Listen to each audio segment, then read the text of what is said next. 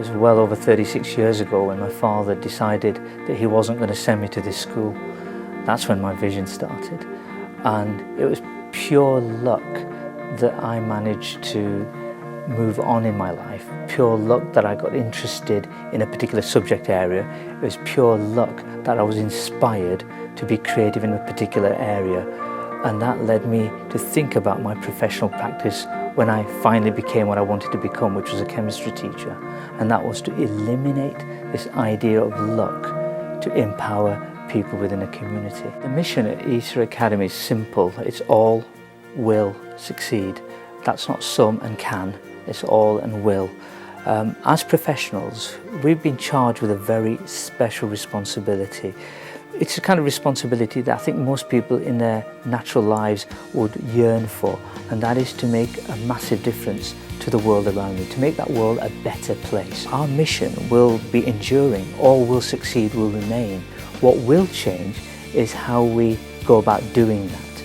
But on top of all of that, technology is converging to become so much more interactive and around the individual. It's so much more personalised. So what I see is the technology getting better and better and better, enabling us to personalise further and further, which will enable the social capital that's built up and the outcomes produced so that our young people succeed to go on and make a difference from generation to generation.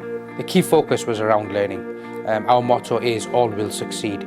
So it's not all can succeed, but actually all will succeed. And to make sure that every student had 21st century resources. So moving away from buying mounds of printed textbooks to actually creating our own textbooks.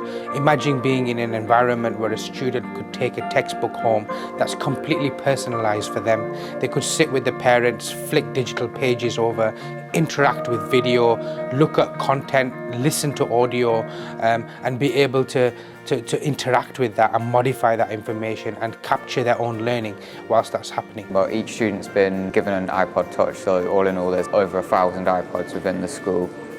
Every member of staff has got an iPad too, and there are some that are in cupboards for lessons, so there's around 400 plus iPads within the school. But the iPod's the most crucial one because it's the handheld device which is enabling our future. One of the key aspects around the hardware was to make sure that we had a wireless system that was robust, that covered the academy completely, both internal and external areas. We've got the student mobile devices that run off there. We've got the portable devices, the iPads that are used in classrooms and by teachers that work off there as well. So this means that actually the wireless network has to be robust.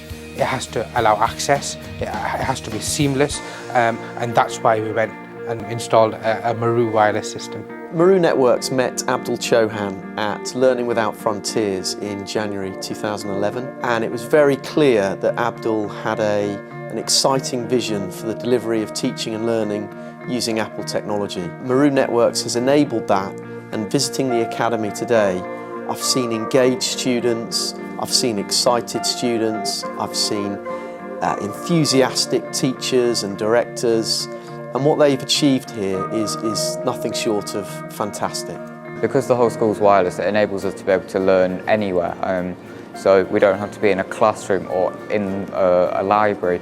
We could be doing work in our restaurant whilst we were eating our dinner at lunchtime. It is really reliable. For example, in my lesson today, because everything was already built into this one iPad, I could project it and have more time for the students rather than worrying about books, paper and everything else. They had some work to do them in their books, mainly is on the iPods, make the notes, they carry it around with them, an excessive amount of information, easily accessible.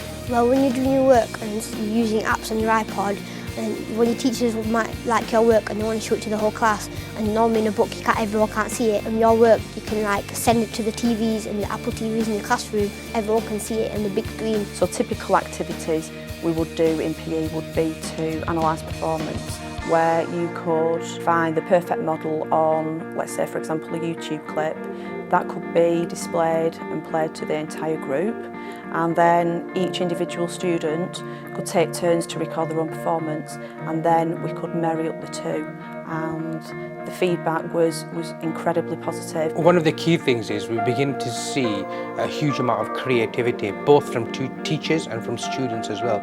Teachers in the fact of how they're actually using technology and how they're capitalising on learning. The students have got iPods, we've got iPads, we've got the MacBook Pros, we've got the MacBook Airs. It's totally and utterly different. It's more exciting, it's entertaining, it's more exciting for us as well. It's a whole new experience. And it helps us in our lessons to take notes when the teacher's giving a lecture, to help you when you're doing your own work independently, and it helps you to take matters to in your own hands and go on the internet and find out words you don't know what they mean, and then research things you don't understand, and it makes everything easy for you because you've got everything in your hands. You don't need big books, and you don't need to go to the library all the time. What's interesting about ESSA is the Maru wireless network, through its virtual port capability and the seamless roaming, is supporting all of their mobile voice requirements. We've not had to install phones and telephony. Our telephony works over the wireless system. Every single member of staff has their own extension number. Parents can ring teachers at any time, and the teachers can receive calls on their iPads, and they can return calls whenever they want to as well. Now we've got the ability to email our teachers 24/7. It makes it a lot easier for us. So if we're stuck on homework or we're not sure if we need one-to-one tuition at what time, we can just send an email, and we can guarantee that staff will reply to us. Behind me you see a solution that's actually a Pepper's Ghost kind of solution, which means that students can actually get on stage and interact with virtual objects that are presented in front of them. We could have a student stood inside a DNA molecule.